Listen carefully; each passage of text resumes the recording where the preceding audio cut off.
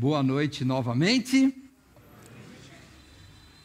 Não terminou, vocês sabem, nós teremos ainda mais uma canção e vamos agora pensar um pouquinho, brevemente, sobre a Páscoa, sobre o Senhor Jesus, sobre o Cordeiro.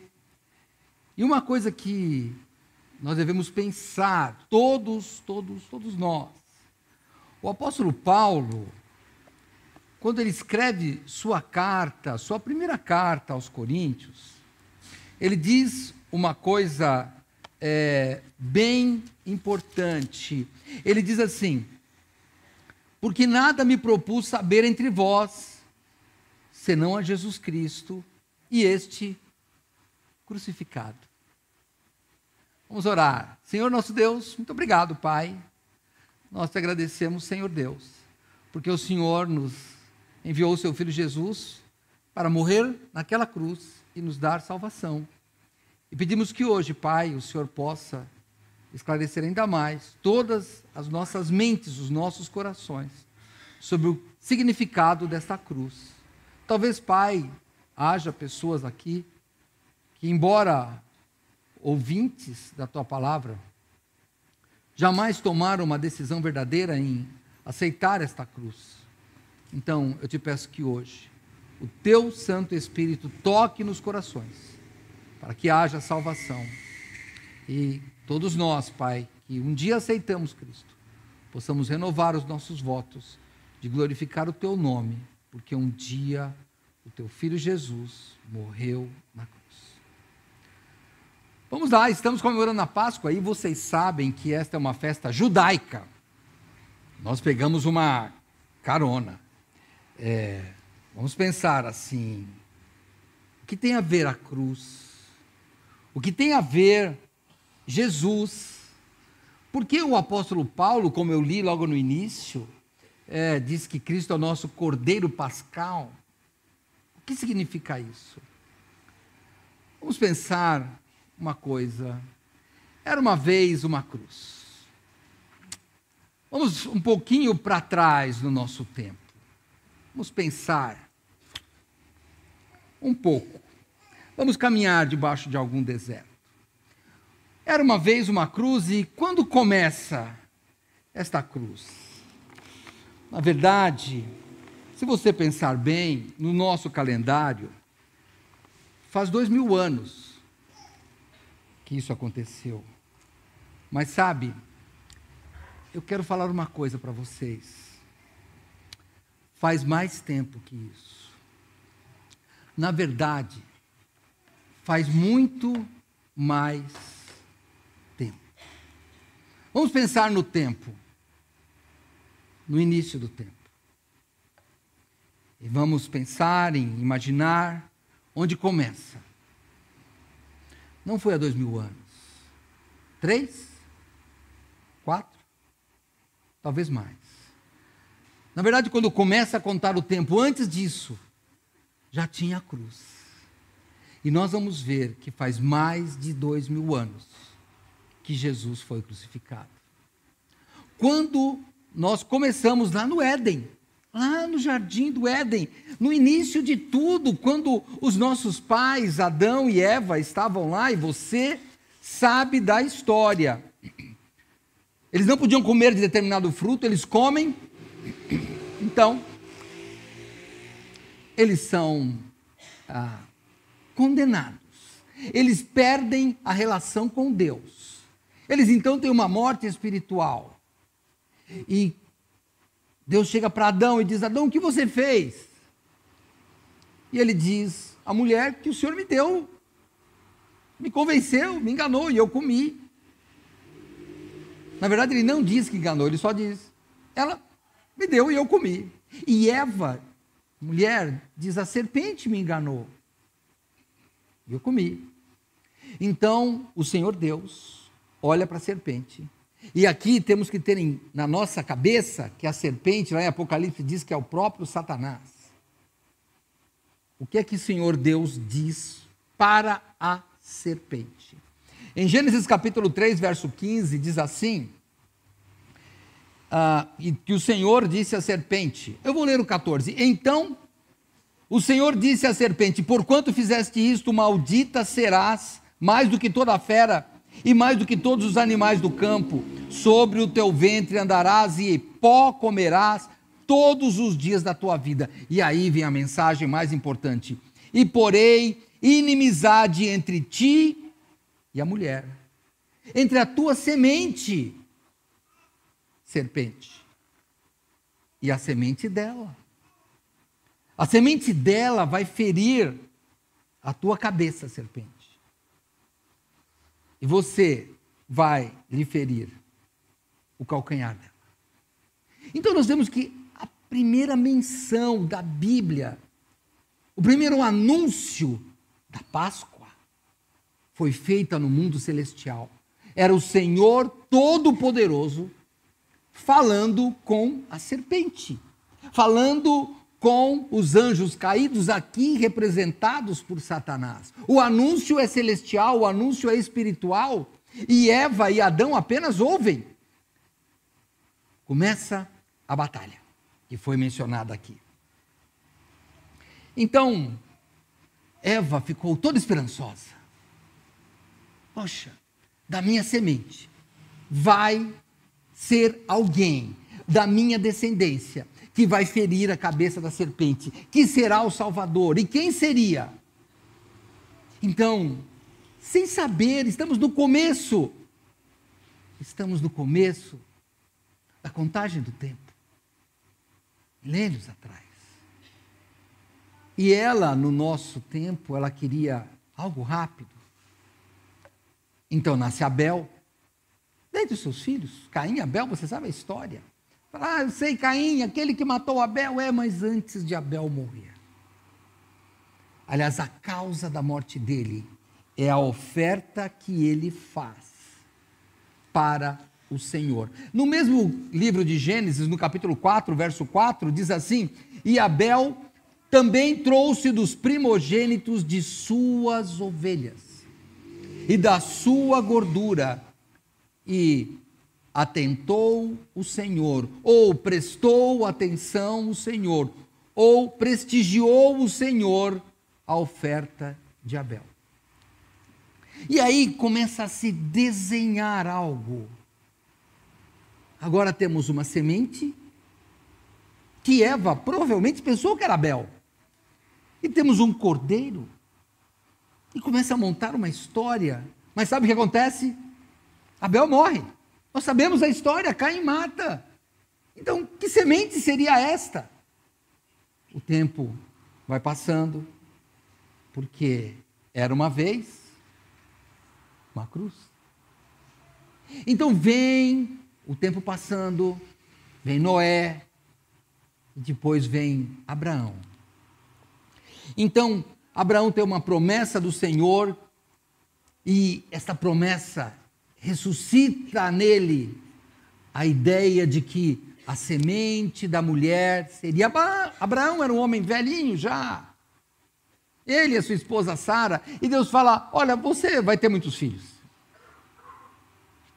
Na verdade, olha o que Deus fala para ele. Eu vou ler aqui Gênesis capítulo 12, verso 3. Não se preocupe, pastor, está escuro, eu não consigo ver, não se preocupe. Eu só estou lendo a Bíblia, mas você depois tem aí no YouTube... E você pode perguntar para mim, eu vou te passar. Mas vamos lá. No capítulo 12 de Gênesis, Deus está falando para Abraão o seguinte, no verso 3: e abençoarei os que te abençoarem, e amaldiçoarei os que te amaldiçoarem, e em ti serão benditas todas as famílias da terra. Então, essa nova faísca de esperança, de novo, descendência, semente. Será que era isso? Será que finalmente chegaria? E passam-se anos, muitos anos depois da promessa, e é claro, o cruel tempo não para. O que acontece?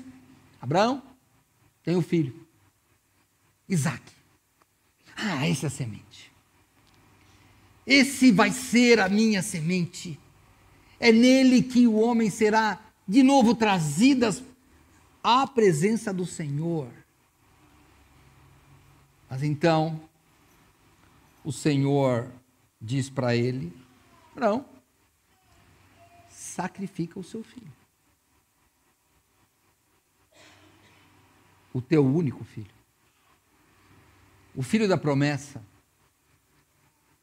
Eu não sei o que Abraão pensou.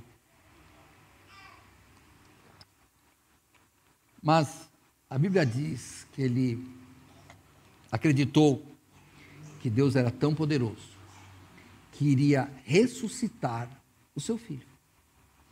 Então ele pega um cutelo, uma lâmina, e vai para fazer o quê? Para sacrificar. Deus mandou, eu vou sacrificar e depois Deus vai fazer alguma coisa. Mas olhe como é a nossa vida. Para Eva, Abel era o que viria. Era a semente prometida, morreu. E agora, para Abraão, Isaque. Sim, Isaque seria a semente prometida, mas Deus manda matar. Abel, por sacrificar um cordeiro, é morto. Mas daí Abraão diz: eu vou realmente sacrificar. E a Bíblia diz, no mesmo livro de Gênesis, no capítulo 22, que olhe o que é que Abraão fez então. Verso 10. E estendeu Abraão a sua mão e tomou do cutelo a lâmina para imolar o seu filho. Ele ia matar mesmo. Ele levanta, embora Deus tivesse prometido que viria uma semente, ele diz: bom, Deus vai dar o jeito dele, eu não sei que jeito que é, provavelmente ele vai ressuscitar esse homem, mas eu vou matar. E ele levanta. E quando ele levanta a lâmina para matar aquele filho, diz a Bíblia: mas o anjo do Senhor lhe bradou desde os céus, olha o anúncio celestial novamente, e disse: Abraão, Abraão. E ele só disse: eis-me aqui. Então disse o Senhor: não estendas a tua mão sobre esse moço e não lhe faças nada, porque agora sei que temes a Deus e não me negaste o teu filho, o teu único filho. Então levantou Abraão os seus olhos e olhou, e eis que ele vê de novo o cordeiro. Vê um carneiro detrás dele, travado pelos chifres no mato. E foi Abraão e tomou o carneiro e ofereceu em holocausto em lugar de seu filho. Abel, o cordeiro, a morte. Isaque, filho de Abraão, o cordeiro, a morte. Que história louca! Por que dessa história? Porque era uma vez uma coisa. O tempo passa. Passam anos, passam décadas, passam séculos. 4 séculos o povo de Israel, descendentes de Abraão, são escravos no Egito. Então o Senhor Deus aparece para uma outra pessoa, Moisés. Ele diz: Moisés, eu vou tirar o meu povo do Egito.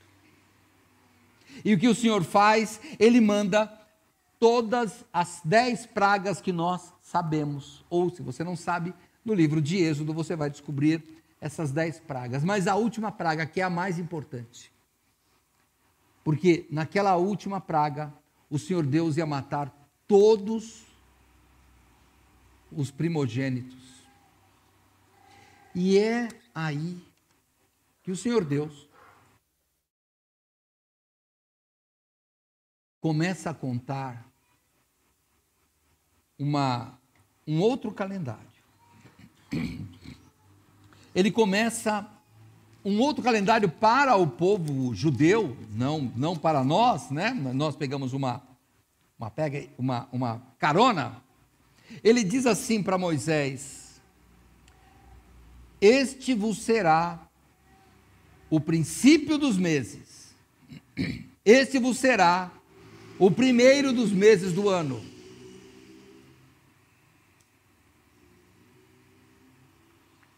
Vamos contar de novo esse tempo, hein? Qual é esse acontecimento tão importante que Deus fala, a partir de agora você começa a contar o tempo de novo? Ele diz, na última praga, eu passarei, o meu anjo passará sobre todas as casas. E o que você vai fazer? Você vai pegar um cordeiro. Você vai pegar um cordeiro. E esse cordeiro você vai sacrificar. É isso que você vai fazer. Você vai pegar esse cordeiro e você vai comer. É isso que ele disse. Ele disse assim: o cordeiro ou cabrito será sem mácula, um macho de 1 ano, o qual tomareis das ovelhas ou das cabras e o guardareis até o 14º dia deste mês. E todo o ajuntamento da congregação de Israel o sacrificará à tarde. E tomarão do sangue e poloão em ambas as ombreiras das suas portas e na vega da porta e nas casas em que comerem. De novo tem um cordeiro sendo sacrificado. E o povo de Israel está ainda aguardando a semente. Está ainda esperando alguém que eles chamam de Messias, o enviado, que quando traduzimos para o grego a palavra é Cristo. Estão esperando esse daí. Mas agora de novo entra o cordeiro. E o que tinha que acontecer?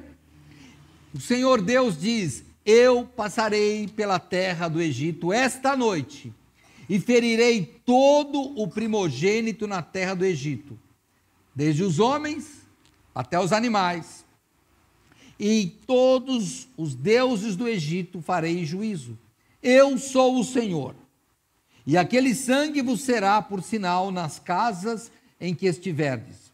Vendo eu o sangue, passarei por cima de vós, e não haverá entre vós praga de mortandade, quando eu ferir a terra do Egito.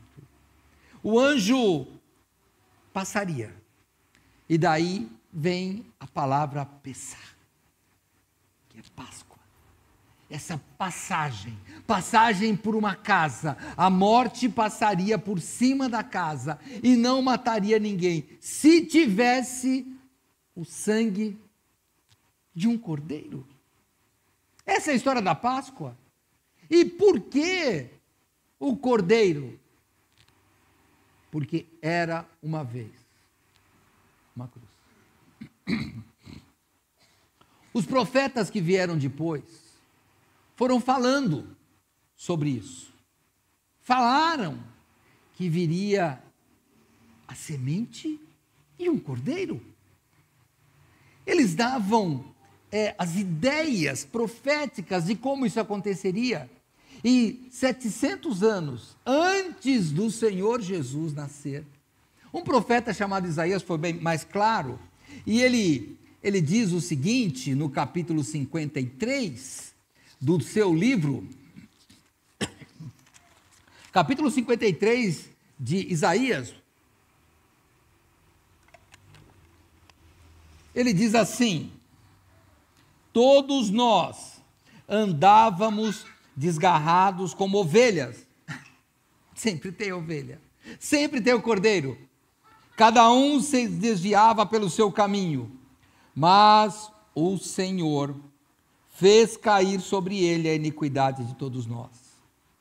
Ele foi oprimido e afligido, mas não abriu a sua boca. Como um cordeiro foi levado ao matadouro, e como cordeiro, e como ovelha muda perante os seus tosqueadores, assim ele não abriu a sua boca. Note, o Messias estava sendo falado desde o início. O Messias estava sendo falado no começo dos tempos. O Messias foi anunciado de Deus para a serpente, e Abel sacrificou o cordeiro, que é o primeiro mencionado na Bíblia, e aquele cordeiro foi aceitável ao Senhor. Depois, como eu já falei, Abraão vai matar, vai sacrificar o seu filho Isaque, e Deus manda um cordeiro, que uma vez morto por Abraão é aceitável para o Senhor. E depois de séculos, Moisés, para tirar o povo do Egito, eles tinham que sacrificar um cordeiro, e esse cordeiro seria aceitável perante Deus. Tudo isso porque era e é e será uma vez, que não será repetida, uma cruz. Vamos continuar.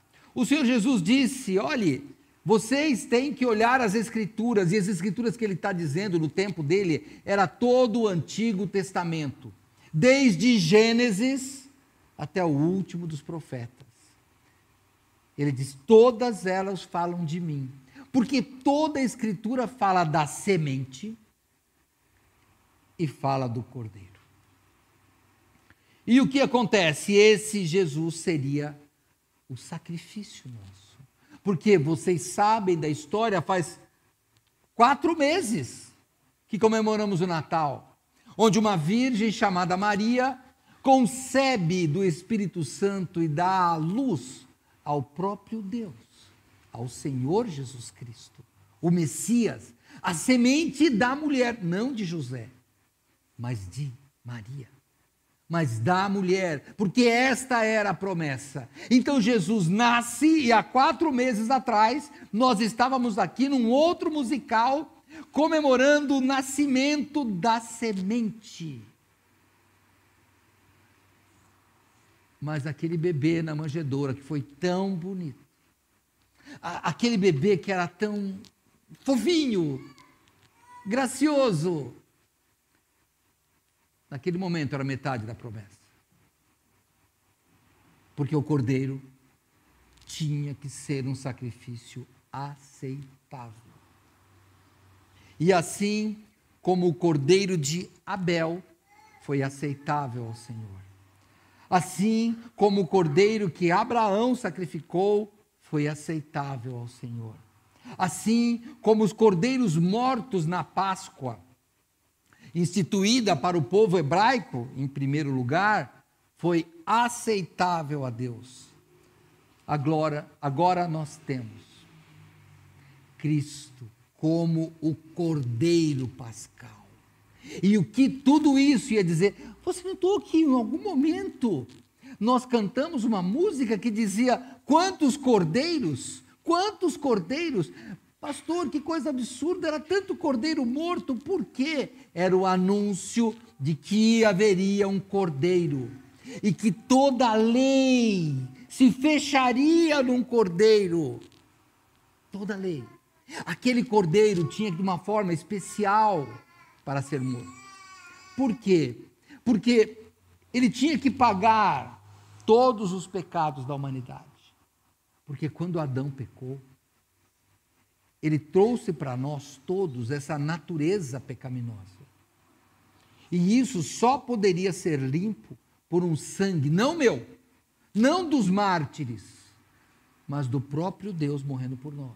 Um sangue, como foi dito aqui, real, mas não real, como nós falamos, um sangue azul de um rei. Não, real, porque um sangue divino. Jesus, ele se esvaziou da sua glória e veio a este mundo. E aí ele morre.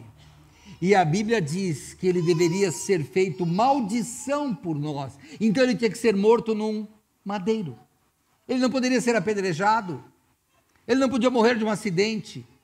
Ele não podia ser traspassado por uma espada. Não. Isso não cumpriria a promessa. Ele deveria ser sacrificado e pendurado no madeiro. E aí, eu nem preciso de falar para você, né? Você já entendeu. a cruz.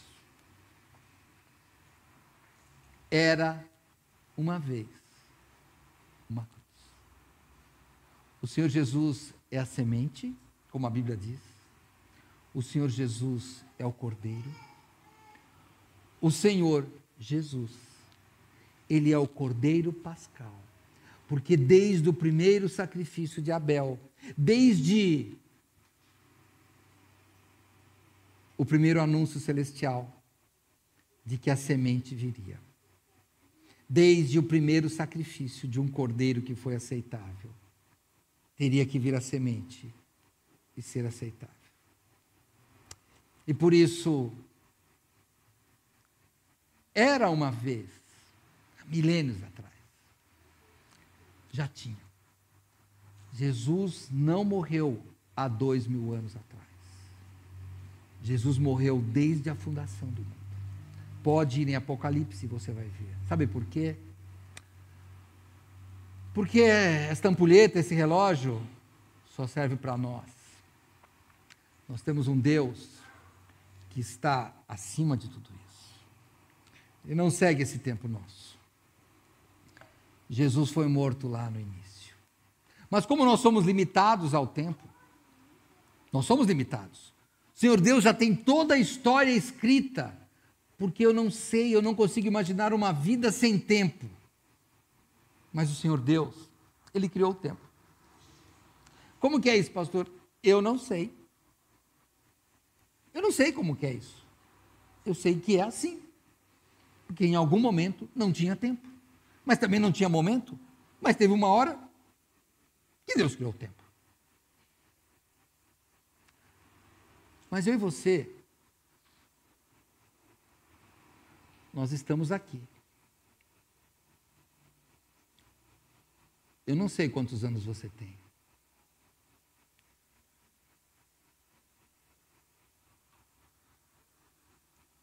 Eu já passei da metade, muito mais. Tem pessoas que partem antes da ampulheta esvaziar totalmente. Era uma vez uma cruz e até onde ela vai? Um dia o Senhor Jesus morre na cruz. E assim como tudo estava determinado, Ele ressuscita. E quando Ele ressuscita, Ele vai, Ele é assunto, como diz a Bíblia, Ele ascendeu aos céus. E eu vou brincar com você, a Bíblia não diz isso. Mas eu estou imaginando eu olhando Jesus subindo. E eu tiro o meu chapéu e digo, a semente está subindo. O cordeiro está subindo.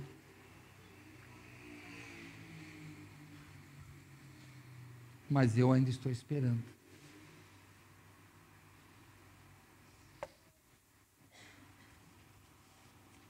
No livro de Atos dos Apóstolos, é o meu último texto. No capítulo 1,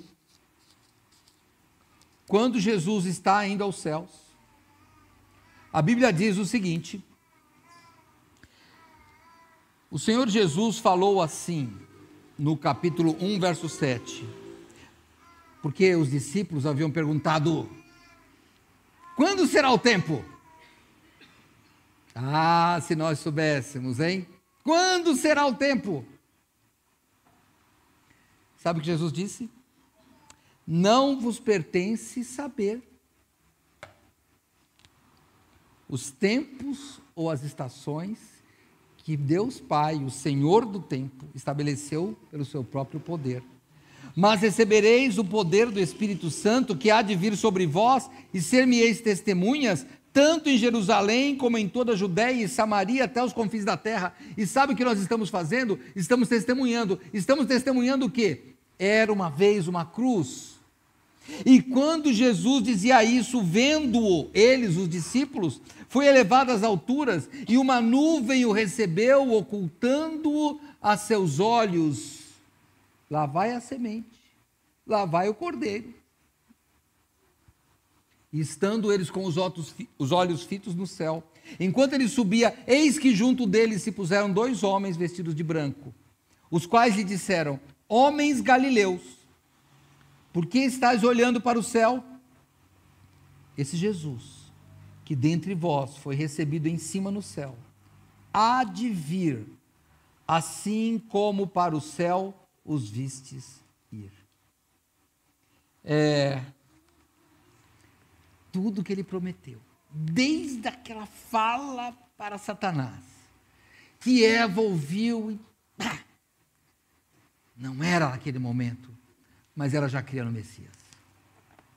Desde aquele momento em que Abraão ia matar o seu filho e veio o cordeiro, quase que ele acaba com a semente, mas ele sabia que viria o Messias.